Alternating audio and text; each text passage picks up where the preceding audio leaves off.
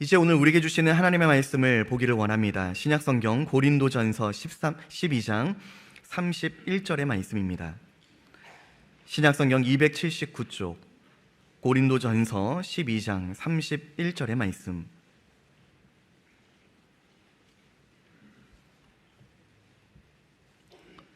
찾으신 줄로 알고 하나님의 말씀을 제가 봉독하도록 하겠습니다. 너희는 더욱 큰 은사를 사모하라. 내가 또한 가장 좋은 길을 너희에게 보이리라. 아멘. 지금부터 한 25년 전인데요. 1998년에 제가 미국 시카고의 윌로우 크릭 처치에서 열린 리더십 서밋 컨퍼런스에 참석한 적이 있습니다. 3박 4일간의 컨퍼런스 마지막 날 그 교회 담임 목사님이신 빌 하이벨스 목사님의 리더십 특강을 듣다가 정말 가슴 뭉클한 그런 감동을 받았습니다. 당시 그분은 성경에 나타난 10가지 리더십 스타일을 아주 명료하게 이렇게 정리를 해주셨는데요. 요셉의 리더십, 모세의 리더십, 여호수아의 리더십, 다윗의 리더십, 느헤미야 리더십, 베드로 리더십, 바울의 리더십, 그리고 예수님 리더십 등등이 바로 이제 그러한 10가지 리더십 스타일이었습니다. 그런데 이 하이벨스 목사님은요, 그 10사람의 각각 다른 10가지 리더십 스타일 중에서 자기 보고 한 가지를 선택하라고 한다면 꼭 선택하고 싶은 리더십이 있는데, 즉 다른 사람들이 자기의 리더십에 대해서 평가할 때 그는 이런 평판을 듣고 싶다는 것이었어요. 그는 비전의 사람, 능력의 사람 이전에 사랑의 사람이었다. 이런 평판을 듣고 싶다고 이제 그런 고백을 하시더라고요. 그렇습니다. 우리는 똑똑한 사람, 능력 있는 사람, 리더십 있는 사람, 재주가 뛰어난 사람, 사업에 탁월한 사람, 공부 잘하는 사람, 통찰력이 뛰어난 사람, 설교 잘하는 사람, 이런 말들을 듣고 싶어 하죠. 그러나 그 어떤 말보다도, 그 어떤 평가보다도 A man of love, 사랑의 사람이라는 평가를 받는다면 아마도 그는 최고의 성공자일 것입니다. 우리가 잘 알고 있는 그 유명한 그 아프리카 선교사 데이비드 리빙스턴 선교사님이 죽은 지 3년 후에 그 당대의 설교가였던 그 영국의 헨리 드러먼드 목사님이 아프리카를 방문하면서 그가 만나는 대륙의 그 아프리카 대륙의 원주민들, 특히 리빙스턴 선교사님 생전에 그와 가까이 했던 사람들에게 그 리빙스턴 선교사님의 평상시 인상이 어땠는지를 물어봤어요. 그랬더니 그 아프리카 원주민들, 그 리빙스턴 선교사님과 가까이 했던 그 사람들의 입술에서 한 가지 일치된 대답이 나왔어요. 그는 우리를 사랑했습니다. 그는 우리를 사랑했습니다. 리빙스턴은 위대한 선교사이기 전에 사랑의 사람이었던 거죠. 오늘 설교의 중심 메시지는 다른 그 무엇이 되기 전에 먼저 사랑의 사람이 되라는 것입니다. 오늘 본문이 들어있는 고린도전서 12장은요, 교회에서 우리가 어떻게 은사를 활용하며 봉사해야 하는가 이에 대해서 설명해주는 아주 매우 중요한 본문입니다. 당시 고린도 교회가 봉착한 문제의 핵심은 바로 분파의 문제였어요. 분파, 파당을 짓는 거죠. 교인들 서로 간에 시기와 다툼이 심각했는데 그런 시기와 다툼이 무엇 때문에 일어났는가 하면 서로 비교하면서 누가 더 잘났나 하는 경쟁에서 생긴 거였습니다. 일례로 그들은 자신들의 신앙의 스승, 자신들의 신앙의 멘토가 누구냐 이 문제로 서로 비교하면서 다투었습니다. 난 베드로에게서 세례를 받았어. 난 아볼로에게서 성경 배운 사람이야. 난 이 교회를 개척한 사도 바울로부터 신앙의 기초를 닦은 초창기 멤버야. 심지어 그도저도 아닌 사람들은 난 예수님께 속한 예수파야. 그러면서 아주 서로 우열 경쟁을 일삼았던 겁니다. 그런 다툼과 비교 경쟁은요, 은사와 직분에 대해서도 아주 동일하게 나타났습니다. 그들은 자신들이 받은 그 은사와 직분들을 서로 비교하면서 누가 더 우월한가 이것을 다투었던 겁니다. 12장 28절에 보면요, 바울은 여러 가지 은사와 직분들을 열거하며 이렇게 말합니다. 하나님이 교회 중에 몇을 세우셨으니 첫째는 사도요, 둘째는 선지자요, 셋째는 교사요, 그 다음은 능력이요, 그 다음은 병 고치는 은사와 서로 돕는 것과 다스리는 것과 각종 방언을 하는 것이라. 여기서 첫째, 둘째, 셋째 이렇게 말하고 있는데요. 이것은 결코 어느 것이 더 우월한가는 우월성의 순위를 말하는 것이 아닙니다. 이것은 단순히 주님께서 교회 안에 세우신 질서상의 순서를 말하는 것일 뿐입니다. 우월성과는 전혀 관계가 없어요. 그래서 29절 30절에서 바울은 이렇게 말합니다. 읽어볼까요? 다 사도겠느냐? 다 선지자겠느냐? 다 교사겠느냐? 다 능력을 행하는 자겠느냐? 다 병 고치는 은사를 가진 자겠느냐? 다 방언을 말하는 자겠느냐? 다 통역하는 자겠느냐? 무슨 말입니까? 이런 뜻입니다. 너희는 은사들과 직분들의 순서를 매겨서 우월성을 비교하고 경쟁하는데 좋다, 한번 생각해 보자. 여기 앞에서 설교하는 목사의 위치가 좋아 보인다고 해서 너도 나도 다 설교하겠다고 하면 교회가 어떻게 되겠냐? 아름다운 찬양을 하는 찬양대가 멋있어 보인다고 해서 너도 나도 다 찬양대만 하겠다고 하면 교회 내에 다른 여러 사역들은 누가 하겠느냐? 방언을 하면 다른 사람들이 다 자신을 주목할 거라고 생각을 해서 너도 나도 다 방언을 하려고 한다면 이 예배가 어떻게 되겠느냐? 이런 말이에요.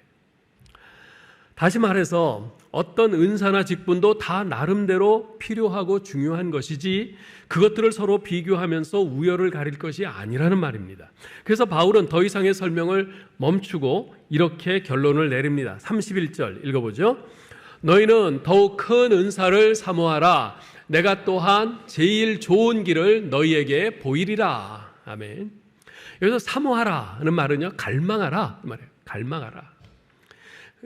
그리고 더욱 큰 은사라고 했는데요, 이 말은 원문에 복수형으로 되어 있습니다. The greater gifts, 더욱 큰 은사들이란 말이에요. 더욱 큰 은사들.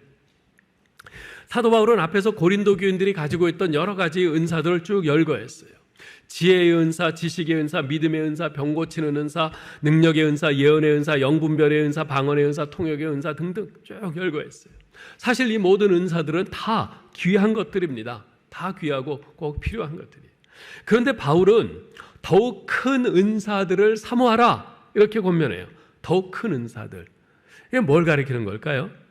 방언보다 더욱 큰 은사, 영분별의 은사보다 더욱 큰 은사, 예언의 은사보다 더욱 큰 은사, 병 고치는 은사보다 더욱 큰 은사, 믿음의 은사보다 더욱 큰 은사, 그런 것을 말하는 건가? 과연 어떤 은사들이 더욱 큰 은사라고 생각하세요? 하늘을 날아다니는 은사입니까? 무리를 걸어다니는 은사예요? 사람 마음을 꿰뚫어 보는 은사입니까? 아니면 죽은 자를 살려내는 은사입니까? 아니면 말 한마디 하면 불신자를 예수 믿는 사람으로 만드는 그런 은사입니까? 아닙니다. 그런 은사는 없어요. 다른 은사들과 비교해서 더욱 큰 은사라는 것은 없습니다. 잘 기억하셔야 돼요. 다른 은사들과 비교해서 더욱 큰 은사라는 건 없습니다. 왜냐하면 각각의 은사들은 다 나름대로 독특성을 가지고 있으며 그 모든 은사들이 다 교회를 온전히 건강하게 세우는데 필요하기 때문에 그렇습니다. 그래서 이 고린도전서 12장에서는요, 이 은사를 설명을 하면서 무엇에 비유하냐면 우리 몸에 비유하고 있어요. 우리 몸의 지체들에 비유하고 있어요. 우리 몸을 보면 다양한 지체들이 있지 않습니까? 머리가 있어요. 눈, 코, 귀, 입이 있어요. 손이 있어요. 손가락이 있어요. 발이 있어요. 발가락이 있어요. 또 우리 몸 안에 내장이 있고 또 여러 기관들이 있죠. 네? 폐가 있고 심장이 있고 허파가 있고 신장, 콩팥이 있어요. 이런 많은 기관들이 다 있단 말이에요. 근데 여러분들 생각할 때 우리 몸에 있는 이런 다양한 지체들, 이 기관들 가운데 무엇이 가장 중요하고 탁월합니까? 뇌요? 그렇죠. 뇌가 망가지면 뇌사 상태, 산 것도 아니고 죽은 것도 아니고 그렇게 되죠. 심장? 심장이 멈추면 죽죠. 뇌하고 심장이 가장 중요해. 뭐 이렇게 생각할 수 있을 거예요. 분명히 병원에서도 우선순위를 정할 때 의사들은 그렇게 이야기를 할 겁니다. 그런데요, 한번 생각해 보세요. 손가락 10개나 있는데 그 중에 한두 개 없다고 그래서 문제 있겠어? 이 손가락 한두 개 없다고 해보세요. 어떻게 밥 먹을래요? 어떻게 식사하시겠어요? 어떻게 연필 쥐고 글씨를 쓰시겠어요? 이게 간단하지 않습니다. 발가락 10개나 되는 것 중에 한두 개 없다. 여러분 발가락, 특히 엄지발가락 그런 한두 개 없으면요, 몸을 균형 잡고 제대로 걸어 다니기가 힘듭니다. 우리가 하찮게 보이는 거지만은 결코 하찮지가 않아요. 맹장, 예전에는 뭐 맹장은 뭐 없어도 돼. 뭐 그렇게 쉽게 생각을 했어요. 그런데 요새 의학적 견해는 좀 다르더라고요. 맹장도 꼭 필요한 거다. 뭐 없어도 뭐 일상생활을 하는 데는 그렇게 큰 지장은 없지만 없는 것보다는 있는 것이 훨씬 더 몸 전체의 건강을 위해서 좋다. 이제 그렇게 하거든요. 하나님께서 만드신 우리 몸의 모든 지체 가운데 필요 없는 것은 없어요. 사람들 생각에 판단에 덜 중요하고 더 중요하고 이게 있을 뿐이지 그렇지 않아요. 실제로는 우리 몸이 전체적으로 다 균형을 이루고 건강할 수 있기 위해서 모든 것이 다 중요하고 꼭 필요한 것들입니다. 이 은사가 그런 것이에요. 은사와 직분이 그래요. 설교자는 설교자대로, 성가대는 성가대대로, 또 교사는 교사대로, 예배 안내자는 예배 안내자대로, 뭐 주방 봉사하는 분이나 주차 봉사하는 분은 또 그분들대로 모두가 다 중요합니다. 모든 은사들은요 서로 비교해서 이것이 더 우월하다, 저것이 더 훌륭하다라고 말할 수가 없는 겁니다. 자, 그러면 무엇입니까? 과연 무엇이 우리가 사모해야 할 더욱 큰 은사들일까요? 사도 바울은 그것을 이해시키기 위해서 31절 하반절에서 이런 말을 합니다. 내가 또한 제일 좋은 길을 너희에게 보이리라. 그래요. 내가 또한 제일 좋은 길을 너희에게 보이리라. 여러분 잘 보세요. 내가 제일 좋은 은사를 너희에게 보이겠다. 그러지 않았어요? 제일 좋은 길을 너희에게 보이겠다. 여기서 제일 좋은 길이란 the most excellent way, 뛰어나게 좋은 길, 아주 탁월하게 훌륭한 길이라는 뜻이에요. 그 길이 뭡니까? 바로 뒤에 13장에 나오는 사랑이라는 길이에요. 사랑이라는 길이에요. 지금 사도 바울은 이런 말을 하고 있는 겁니다. 고린도 교인들이요, 당신들은 여러 가지 좋은 성령의 은사들을 많이 받았습니다. 그런데 당신들은 그 좋은 은사들을 형편없는 것으로 만들어버리고 있습니다. 서로 자기 은사가 더 좋다고 자랑하고 다투고 잘난 척하면서 당신들이 가진 그 좋은 은사들의 가치가 땅에 떨어지게 만들었습니다. 이제 당신들은 형편없이 되어버린 그 은사들을 더욱 훌륭한 것들로 다시 만드십시오. 그것은 바로 사랑의 길로 행하는 것입니다. 이 말을 하는 거예요. 그 은사들보다 더 뛰어난 다른 은사가 있는 것이 아니라 그 은사들을 훌륭한 은사 되게 하라는 것이에요. 어떻게요? 사랑의 길로 행함으로써. 예를 들어서 여러분 벤츠 자동차 아주 비싸고 좋은 차 아니겠어요? 그런데 그 좋은 벤츠 자동차를 몰고 울퉁불퉁한 자갈길, 그 아주 거칠고 험한 산길로만 다닌다면 어떻게 되겠어요? 그 좋은 벤츠도 곧 형편없는 차가 되고 말 겁니다. 그러나 그 좋은 자동차를 아스팔트 길에서 잘 몰고 다니면 얼마나 안락하고 편안하고 좋은 차겠어요. 바로 그런 거예요. 지금 사도 바울이 말하는 더욱 큰 은사란 바로 사랑으로 발휘되는, 사랑으로 행하는 은사를 의미하는 겁니다. 즉 자신이 가지고 있는 은사와 직분이 무엇이든지 간에 그것에 사랑이라는 조미료를 가미해서 사용한다면 그것이 곧 더욱 큰 은사라는 것입니다. 자, 그렇다면 이것을 뒤집어서 말하면 이런 말이 될 겁니다. 내가 아무리 멋들어지고 그럴듯한 은사와 직분을 가지고 있다 하더라도 사랑으로 그것을 행하지 않는다면 그것은 작은 은사요, 작은 직분일 수밖에 없다는 거죠. 조미료 자체가 음식은 아니죠. 마찬가지로 사랑 자체는 결코 은사나 직분이 아닙니다. 그러나 조미료가 들어감으로써 음식 맛이 한층 돋보이듯이 우리가 가지고 있는 은사와 직분을 사랑의 길을 따라서 사용할 때 그것 자체가 더욱 큰 은사요, 직분이 되는 것입니다. 따라서 내가 어떤 은사와 직분을 가졌느냐보다 더욱 중요한 것은 과연 내가 이 은사와 직분을 사랑으로 행하고 있는가라는 사실인 것이죠. 과거 저는 미국에서 설교학을 공부하면서 정말 가슴 저미는 그런 질문을 받은 적이 있습니다. 그 앤드류 보나라는 설교학자가 이 설교에 관해서 강의를 하면서 설교에 관해서 이런 질문을 한 거예요. 당신은 설교하기를 사랑하지만 당신이 설교하는 사람들을 과연 사랑하고 있는가?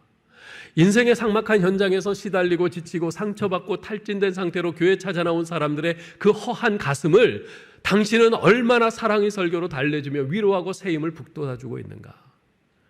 당시 저는 이 질문을 받으면서 망치로 머리 맞은 것 같았어요. 우리 교육자들, 목사들은 다들 설교 잘하기를 원해요. 설교하는 거 사랑해요. 설교 열심히 준비합니다. 그거 잘못된 거 아니에요. 그렇게 해야죠, 마땅히. 그런데 내가 그렇게 설교하는 것을 사랑하고 설교를 좋아하고 설교 잘하고 싶은 그 궁극적인 이유, 목적이 뭔가? 이 설교를 듣는 이 성도들을 내 설교의 말씀을 통해서 이들을 하나님의 말씀의 진리를 깨닫게 하고 그들이 하나님의 말씀의 진리로 위로받고 또 격려받고 또 도전받고 때로는 회개하고 그렇게 그들이 새 힘을 얻도록 그렇게 하도록 하기 위해서 내가 설교를 사랑하고 그렇게 하는 것인가?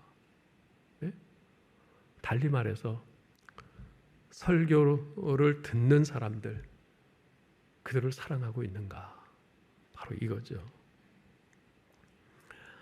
예수님의 설교는 단순한 선포가 아닌 설득이었습니다. 이것이 바리새인들의 설교와 예수님의 설교의 차이점이었어요. 바리새인들의 설교는요, 교리적으로 오류가 없이 정확했지만 청중의 마음을 무겁게 했습니다. 그러나 예수님의 설교는 듣는 이들로 하여금 해방감과 희망과 용기와 꿈과 비전과 가능성을 얻고 돌아가게 했어요. 위로를 줬어요. 사람들을 치유했어요. 일으켰어요. 그런 예수님의 설교를 통해서 저는 설교자는 무엇보다도 영혼을 사랑해야 한다는 것을 배웠습니다. 그리고 이것은 저의 계속적인 기도 제목이기도 합니다. 사랑으로 행하는 것, 그것이 곧 나의 은사와 직분을 더욱 큰 은사와 직분으로 만들어주는 것이며 그래서 그것이 바로 the most excellent way, 제일 좋은 길인 것입니다. 그래서 은사에 대해서 설명하는 고린도전서 12장과 14장 사이에 소위 사랑장이라고 일컬어지는 13장이 등장하는 것이죠. 자, 13장 1절을 우리가 한번 읽어볼까요? 내가 사람의 방언과 천사의 말을 할지라도 사랑이 없으면 소리나는 구리와 울리는 꽹과리가 되고. 무슨 말입니까? 너희들이 그렇게 과시하며 잘난 척하는 방언의 은사도 사랑으로 행하지 않으면 꽹과리 같은 시끄러운 소음에 불과할 뿐이라는 겁니다. 2절도 보죠. 내가 예언하는 능력이 있어 모든 비밀과 모든 지식을 알고 또 산을 옮길 만한 모든 믿음이 있을지라도 사랑이 없으면 내가 아무것도 아니요. 네가 예언의 은사, 지식의 은사, 믿음의 은사를 가지고 있다 할지라도 사랑으로 그 은사를 사용하지 않으면 거기에 사람들의 감탄과 박수갈채는 있을지 몰라도 너 자신은 그 은사들을 가지고 하나님의 뜻을 이루는 것과는 아무 상관이 없다는 것입니다. 3절도 볼까요? 내가 내게 있는 모든 것으로 구제하고 또 내 몸을 불사르게 내줄지라도 사랑이 없으면 내게 아무 유익이 없느니라. 자신의 것을 내어주는 구제와 순교는요, 기독교에 있어서 최고의 덕목입니다. 그러나 사랑이 없는 구제와 순교는 아무 유익이 없습니다. 무익할 뿐이에요. 꽝입니다. 사도 바울은 이런 자기 영웅주의에 빠져 살지 말라고 호소하고 있습니다. 사실 바울 자신도요, 자기가 몸바쳐 선교에 헌신한 사람이었지만 과거에 어떤 일이 있었어요? 그 부족했던 청년 마가를 사랑하지 못하고 그들과 마가와 동행하지 못하겠다고 하면서 바나바와 대판 싸우고 결별했을 때 그가 얼마나 그 씁쓸한 허탈감을 맛보았는지 평생 두고두고 그것을 후회하고 아쉬워했습니다. 그렇습니다. 아무리 말을 잘하고 유창한 웅변을 하고 또 성경 지식과 믿음이 탁월하고 많은 자선사업과 순교자적 선신의 삶을 산다 할지라도 만일 사랑의 점수가 미달이라면 하나님 앞에서 그 모든 것은 무의미하다는 것입니다.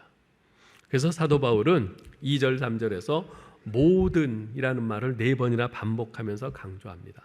내 인생의 모든 것이 내 몸을 불사르는 순교를 한다 할지라도 사랑이 없으면 의미가 없다는 것입니다. 즉 사랑이 결핍되어 있으면 전무하게 만들 뿐입니다. 그래서 미국의 유명한 그 무디 성경학교의 교장을 지내신 조지 스위팅 박사는요, 고린도전서 13장을 이러한 간단한 방정식으로 풀어줍니다. 인생에서 사랑을 빼면 꽝이다. 아무것도 없다. 고린도전서 13장은 이 하나의 간단한 방정식으로 설명을 할 수 있다. 인생에서 사랑이 빠지면 아무것도 아니다. 따라서 아무리 유능하고 탁월하고 빼어나도 사랑의 사람이 되지 못하면 그는 일시적인 승리자는 될지 몰라도 진정한 성공자는 되지 못하는 것입니다. 자, 그러면 사랑으로 우리의 은사와 직분을 행해야 한다. 사랑의 길로 행해야 된다 그랬는데 그것은 구체적으로 어떻게 하는 것입니까? 여러분, 종은요 누가 그것을 울리기 전에는 종이 아닙니다. 예? 이렇게 땡땡땡 여기 이 종 있는 거 모르셨죠? 예, 이 종이 있는데 울리지 않으면 모르시잖아요, 여러분. 울리기 전에는 그냥 쇳덩어리에 불과해요. 그러나 누가 울리면 그건 종이 되는 거예요. 노래는요, 누가 그것을 부르기 전에는 노래가 아니에요. 그냥 종이에다가 그냥 이렇게 뭐 콩나물 대가리 그려놓은 악보에 불과할 뿐입니다. 불러야 노래죠. 마찬가지로 사랑은 행하기 전에는 사랑이 아닙니다. 성경에서 말하는 사랑은요, 추상적인 관념이 아니라 구체적인 행동입니다. 립 서비스가 아니란 말이에요. 그래서 사도 요한이 뭐라고 합니까? 말과 혀로만 사랑하지 말고 오직 행함과 진실함으로 하자 그러잖아요. 구체적이며 실천적인 행동으로 옮겨질 때 비로소 사랑이라고 인정받는 것입니다. 자, 그러면 우리가 사랑의 사람으로서 사랑의 길로 행하려 할 때 구체적으로 어떻게 해야 할까요? 이에 대해서 두 가지를 좀 말씀드리려고 하는데, 첫째, 섬김으로 행하라 하는 것입니다. 만약 여러분 마음속에 내가 섬기려는 것보다 다른 사람 위에서 다른 사람을 억누르고 정복하고 또 내 마음대로 휘두르고 그런 의지가 강하다면 그것은 사랑이 없다는 징표입니다. 네덜란드의 문화철학자인 반 펄슨이라는 사람은 이런 말을 해요. Magic is to rule, religion is to serve. 마법은 지배하는 것인 반면 종교는 섬기는 것이다. 보세요. 마법이 뭡니까? 마술, 아주 신기한 마술로 사람들을 혹하게 만들어요. 그래서 막 그 사람이 자기를 추종하게 만들고 자기 말이라면 껍벅 죽게 만들고 그렇게 한단 말이에요. 이제 그게 마법이 하는 일이에요. 그런 면에서 이단은 꼭 그와 같아요. 여러분, 이단의 특징이 뭡니까? 이단은 자기를 따르는 신도들을 섬기는 것이 아니라 오히려 지배하고 정복하고 그 위에 군림하는 겁니다. 그게 이단이에요. 그래서 이단은 바른 종교가 아니죠. 그러나 참 종교는 뭔가? 섬기는 것이에요. 섬기는 것. 우리 기독교는 한마디로 섬김의 종교입니다. 우리 예수님의 사랑은요, 예수님의 사랑은 섬기는 사랑입니다. 스승이 제자를 섬겼어요. 잘 아시듯이 허리에 수건을 두르시고 대야에 물을 떠다가 무릎을 꿇고 앉아서 제자들 발을 하나하나 씻기셨어요. 그분이 친히 낮은 자리로 내려오셔서 무릎을 꿇고 그 고귀한 손으로 제자들의 그 냄새나는 발가락 사이사이를 다 닦아주셨어요. 그렇게 섬기셨죠. 어떤 신학자는 예수님의 이런 정신을 일컬어서 Basin Theology, 즉 대야 신학, 그 세숫대야 그 대야 신학이라고 말하기도 합니다. 그래서 예수님께서는 이렇게 간단하게 말씀하세요. 요한복음 13장 15절인데요. 읽어볼까요? 내가 너희에게 행한 것 같이 너희도 행하게 하려 하여 본을 보였노라. 예? 예수님께서는 우리도 그렇게 행하기를 원하세요. 우리도 그렇게 예수님처럼 행함으로 사랑의 사람으로 살기를 원하시는 겁니다. 여러분 자신에게 한번 물어보십시오. 나는 다른 사람에게 그냥 손가락으로 지시하고 입으로 명령만 하는 그런 스타일인가? 아니면 나는 내 위치가 어디 있든지, 내 위치가 상사의 위치든지 아니면 직원의 위치든지 상관없이 내가 내 몸을 움직여 스스로 그렇게 섬기는 스타일인가? 우리 그리스도인은 당연히 후자여야겠죠. 자, 두 번째, 우리가 어떻게 사랑의 사람으로 구체적으로 행할 것인가? 희생함으로 행해야 합니다. 여러분, 사랑은 주는 것이고 베푸는 것입니다. 우리가 사랑하지 않고도 줄 수는 있어요. 그러나 주지 않으면서 사랑할 수는 없습니다. 주지 않고 사랑할 수는 없어요. 부모가 자식을 사랑하잖아요. 그래서 자기는 배가 고파도 아이들에게는 좋은 거 남겼다가 다 먹여줍니다. 이것이 바로 사랑의 본질인 희생입니다. 그래서 하나님 아버지께서는 독생자까지도 아낌없이 우리에게 주신 것이지요. 이것이 바로 아가페의 사랑 아니겠습니까? 여러분, 사랑이란 자기 것을 기꺼이 포기하고 희생하는 거예요. 사랑의 최고봉인 아가페 사랑에서 빠질 수 없는 요소는 바로 자기 희생입니다. 자기 희생이에요. 미국 속담에요. 계란을 깨지 않고서 오믈렛을 만들 수는 없다라고 라는 속담이 있어요. 여러분 오믈렛 아시죠? 계란을 뭐 여러 개 한꺼번에 풀어 갖고 거기에 야채 좀 넣고선 이렇게 소복하니 이렇게 만드는 오믈렛인데요. 그 주 재료는 계란이에요. 그 밑에 밥 위에다가 이제 그걸 깔면은 이제 오므라이스가 되는 것이고요. 자, 근데 이 오믈렛을 만드는데 계란 없으면 안 되거든요. 근데 계란을 한 소쿠리를 가져다 줬어요. 한 50개쯤 가져다 줬어요. 근데 그것을 깨지 않으면은 아무리 계란이 많이 있어도 오믈렛을 못 만들어요. 깨야지요, 일단. 그죠? 깨야 되는 것이에요. 여러분 도자기 만드는 것도 마찬가지입니다. 흙을요, 물을 부어서 아주 이렇게 자꾸 짓이겨야 돼요. 그래야지 그 안에 있는 공기가 다 빠져나오고 아주 밀도 있는 흙이 되어서 그걸로 도자기를 만들 수가 있는 거거든요. 씨앗이 그냥 있으면 열매가 안 되죠. 땅에 심겨서 썩어져야 됩니다. 그래야 거기서 뿌리가 내리고 싹이 나고 그렇게 해서 열매가 맺히는 것입니다. 여러분, 이처럼 사랑은 희생하는 것이에요. 예수님은 우리를 사랑하시기에 십자가의 희생을 자원하셨습니다. 하늘 영광 버리고 이 땅에 인간의 몸으로 내려오셔서 십자가에서 자기 자신이 못 박혀 대신 죽으심으로써 여러분과 제가 사는, 여러분과 제가 하나님의 자녀가 되는 열매가 맺힌 줄 믿습니다. 제가 참 존경하는 목사님 가운데 지난 2011년에 소천하신 영국의 존 스타트 목사님이란 분이 계세요. 그분은 20세기 영어권 그 최고의 이 복음주의 설교자를 꼽을 때 늘 1, 2위에 뽑히는 그런 훌륭한 설교가요, 또 신학자요, 목사인 분이신데요. 그분에 관한 일화가 참 많습니다. 그런데 희생적인 사랑에 대해서 생각할 때마다 떠오르는 그분의 일화가 하나 있어요. 전에 제가 한번 말씀드린 적이 있는 것 같은데요. 한 번은 우리 한국에서 어떤 목사님이 영국에 공부하러 갔습니다. 그런데 간 첫날 이제 학교 식당에서 이제 새로운 학생들을 이제 이렇게 환영하고 그러면서 온 교수님들과 학생들이 다 같이 모여서 이렇게 식사를 하는 거예요. 그런데 그 음식을 보니까 그 가운데 우리 한국의 국같이 생긴 멀건 것이 있어요. 그래서 이분이, 이 목사님이 평소 한국에서 하던 습관대로 그릇을 들고 무심코 후루룩 소리를 내면서 그걸 들이마신 거예요. 그랬더니 갑자기 음식 먹던 소리가 탁 다 멈추고 분위기가 싸해지는 거예요. 이렇게 보니까 모든 사람들이 다 자기를 쳐다보고 있어요. 이 미국이나 이런 영국 같은 이 서양에서는요, 국을 이렇게 소리 내면서 마시는 것은 금물입니다. 그것은 아주 예의 없고 무례한 것이라고 생각을 하거든요. 그래서 누가 그런 것을 보면 굉장히 불쾌해합니다. 지금 그런 상황이 벌어진 거예요. 모두들 아주 불쾌한 표정을 지면서 다 자기를 쳐다보고 있는 거예요. 아차 싶었지만 어떻게 해요? 이미 엎질러진 물인걸? 너무 당황하고 무안해서 어쩔 줄 몰라 하고 있는데 그 긴장된 순간에 이 존 스타트 목사님이 먼저 자기 국그릇을 들고 자기도 후루룩 소리를 내면서 마신 거예요. 그러자 그 일촉즉발의 그 긴장된 분위기가 풀어졌어요. 여기저기서 다른 사람들도 후루룩 소리 내면서 먹기도 하고, 이 목사님이 한숨을 싹 내쉬면서 고비를 넘겼죠. 나중에 이 목사님이 그런 말씀을 해요.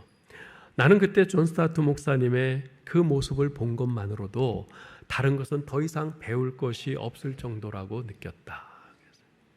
사랑하는 성도 여러분, 우리 신앙생활의 가장 알맹이가 되는 핵심적인 모습을 그리라고 한다면 여러분 어떤 모습을 그리시겠어요?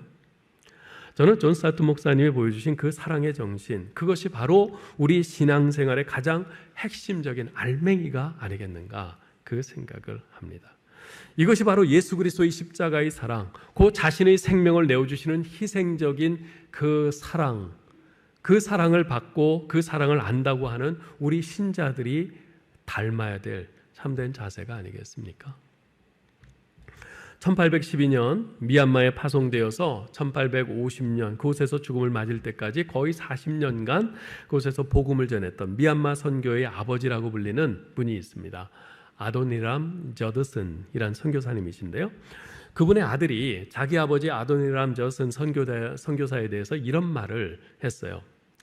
만일 어떤 사람이 희생한 것이 없이 성공을 거두었다면 그것은 그에 앞서 희생을 한 사람이 있었다는 것을 의미하며, 또 만일 어떤 사람이 성공은 하지 못하고 희생만 했다면 그것은 이후에 올 누군가가 성공할 수 있는 발판을 닦아놓은 것이 된다라는 말이에요.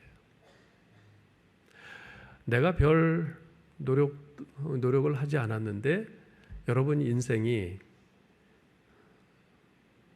잘 형통하게 가고 있습니까? 그렇다면 누군가가, 여러분의 부모님이시든지 누군가가 여러분을 위해서 희생하고 그 발판을 닦아놓은 것이에요. 여러분들이 애쓰고 희생하고 열심히 하고 있는데 여러분들에게 지금 어떤 열매가 안 보입니까? 실망하지 마세요. 여러분 이후에 오는 누군가가 여러분의 그 희생을 딛고서 열매를 거두게 될 겁니다. 우리 교회 올해 표가 그렇잖아요. 다음 세대를 위한 디딤돌을 놓는 교회. 예? 이게 이 말과 똑같은 의미인 거죠. 우리가 지금 열심히 우리 다음 세대를 위해서 기도하고 우리가 헌신하고 희생하고 그렇게 했는데 당장 우리에게는 보이는 열매가 없다? 그것 때문에 낙심하고 그것 때문에 실망하고 해봤자 그럴 필요가 없어요. 분명히 하나님께서는 심은 곳에 나게 만드시니까 우리가 지금 당대에는 그런 어떤 열매를 못 본다 할지라도 우리의 다음 세대는 분명히 그 열매를 거두게 될 겁니다. 우리를 발판 딛고서. 우리는 부모님을 비롯한 누군가의 희생 덕택에 여기까지 올 수 있었습니다. 마찬가지로 오늘 우리의 작은 희생이 다른 누군가의 성공을 위한 발판이 될 수 있는 거죠. 사랑하는 성도 여러분, 여러분 자녀들에게 주로 어떤 말을 많이 하세요? 여러분의 자녀가 다른 이들을 위해 그리고 하나님 나라를 위해 기꺼이 자신을 희생할 줄 아는 자녀로 커가기를 진심으로 바라고 그래서 그런 말을 자녀들에게 자주 해주고 그렇게 가르치고 있습니까? 혹시 자녀들에게 너희 이 세상에서 성공하려면 주위 사람들에게 한눈 팔면 안 돼. 한눈 팔지 말고 앞만 보고 그냥 네 길만 달려가. 그러면서 그들이 주위의 사람들이 넘어져 있건 피를 흘리건 말건 그런 거는 돌아보지 않고 그저 정말 자기 성공을 위해서만 달려가는, 자기 속에 내재되어 있는 이기적인 야심만을 그냥 부추기고 있는 그런 말을 자녀들에게 해주고 있지는 않습니까? 눈치껏 살아야 돼. 괜히 손해보는 자리에 앞에 나서지 마. 그런 말 대신에 그래, 내 마음속에 다른 이들을 위해서 기꺼이 너를 희생하고자 하는 그 마음이 있는 걸 보게 돼. 아빠는 정말 기쁘다. 하나님이 너를 반드시 축복하실 거야. 이렇게 격려해주고 가르쳐주면 얼마나 좋겠어요. 사랑하는 교회 여러분, 이 세상에서 가장 위대한 일은요, 하나님의 사랑의 통로가 되는 것입니다. 하나님의 사랑을 전달하는, 흘려보내는 통로가 되는 것이에요. 25년 동안 멕시코 인디언 선교사에게 젊음을 헌신한 한 선교사님의 마지막 말이 참 부럽습니다.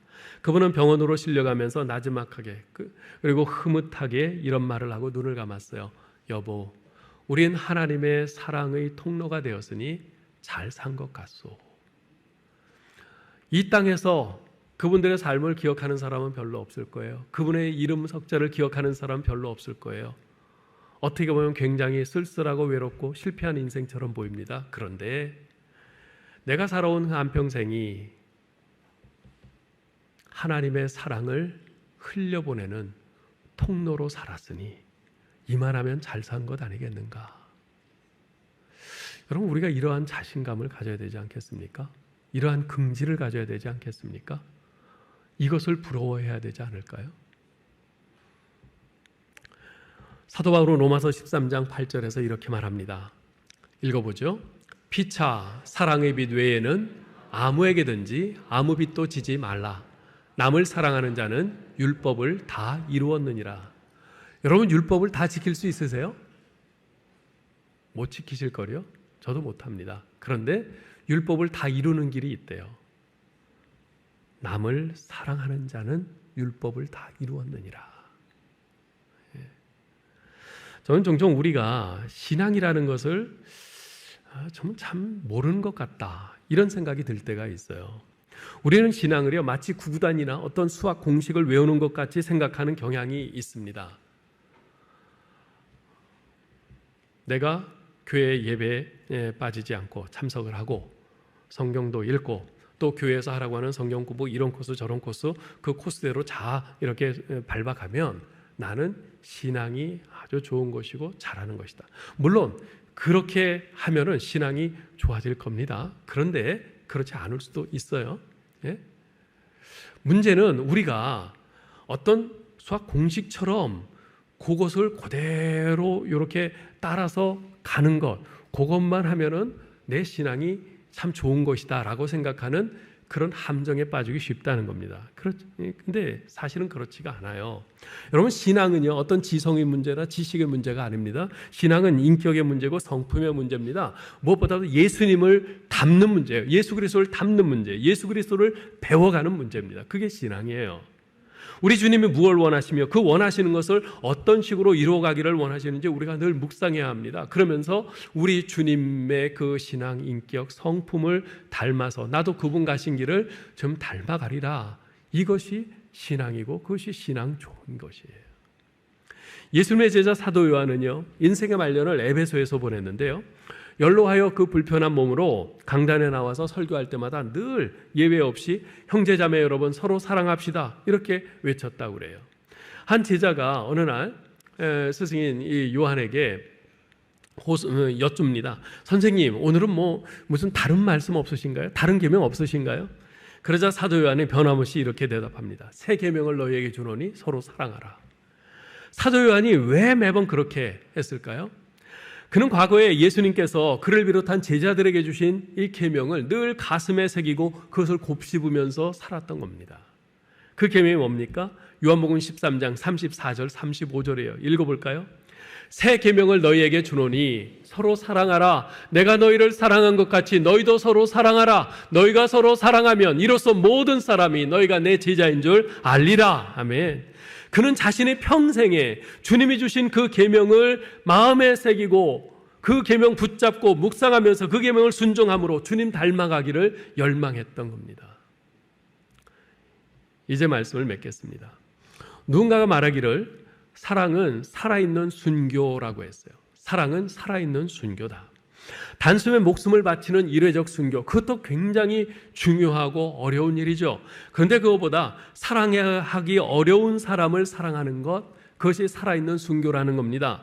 몸을 불사르는 순교는 한 번만 죽으면 되지만요, 살아있는 사랑의 순교는 날마다 죽는 것이에요. 사명감의 사람이 되는 것도 중요하지만 사랑의 사람이 되는 것은 더욱 숭고한 성화입니다. 그런데 사랑의 사람이 되는 것이 결코 쉽지가 않습니다. 아니, 타락해서 죄성에 깊이 물든 우리 죄인으로서는 불가능합니다. 그런데요, 우리가 사랑의 사람이 될 한 가지 유일한 가능성이 있어요. 그것은 하나님의 사랑이 우리에게 부어질 때입니다. 사랑의 원천이신 하나님께서 우리에게 사랑을 부어주실 때입니다. 그때만 우리도 사랑의 사람으로 살 수 있습니다. 그러므로 여러분, 하루를 시작하면서 늘 하나님께서 나에게 그 사랑을 부어주시기를, 그래서 내가 그 사랑으로 오늘 하루를 사랑의 사람으로 살아갈 수 있기를 간구하시기 바랍니다. 여러분, 우리가 사는 삶의 길은 둘 중에 하나밖에 없습니다. 내가 하나님의 사랑을 받아서 사랑의 사람으로 살든지, 아니면 이 세상이 시키는 대로 세상의 사람으로 살든지, 그 둘 중에 하나밖에 없어요. 중간지대는 없습니다. 우리가 가야 할 길은 뻔하죠. 매일 시작하면서 하나님께 먼저 이걸 간구하세요. 하나님, 제가 오늘 살면서 세상의 방식대로 살지 않게 하옵소서. 세상의 가치관대로 살지 않게 하여 주옵소서. 우리 예수님을 닮아 사랑의 사람으로 살게 하여 주옵소서. 제게 사랑이 없사오니 주님 사랑을 부어 주옵소서. 하나님의 사랑을 제게 채워 주옵소서. 그 사랑으로 제가 오늘 하루 살면서 세상의 방식을 따르지 않고 사랑의 사람으로 살게 하여 주옵소서. 이렇게 간구하실 수 있기를 바랍니다. 끝으로 제가 아는 시 가운데 하나님의 사랑으로 사랑합니다 라는 시를 소개해드리고 마치겠습니다. 하나님의 사랑으로 사랑합니다. 내가 나의 사랑으로 나를 사랑했을 때 참 많이 노력해야 했습니다. 더 나은 내가 되기 위해서. 내가 나의 사랑으로 남편을 사랑했을 때 참 많이 울어야 했습니다. 남편을 나의 사람으로 만들기 위해서. 내가 나의 사랑으로 아이들을 사랑했을 때 참 많이 화를 내야 했습니다. 아이들을 잘 키워야 한다는 욕심 때문에. 내가 나의 사랑으로 이웃을 사랑했을 때 참 많이 참아야 했습니다. 그들을 사랑해야 한다는 윤리 때문에. 이제는 하나님의 사랑으로 사랑합니다. 더 큰 사랑으로 사랑을 하니 사랑하는 일이 쉬워졌습니다. 사랑하는 일이 기쁨이 됩니다. 사랑하는 일이 감사가 됩니다. 아무쪼록 내가 아직 죄인 되었을 때 먼저 날 사랑하셔서 예수 그리스도의 십자가의 은혜로 나를 구원하신 하나님의 그 크신 사랑을 마음 깊이 새기시고, 이제부터 나도 매일 매순간 제일 좋은 길인 사랑을 선택함으로써 주님을 닮아 사랑의 사람으로 살아가리라 결단하고 행하는 저와 여러분 될 수 있기를 주님의 이름으로 축원합니다.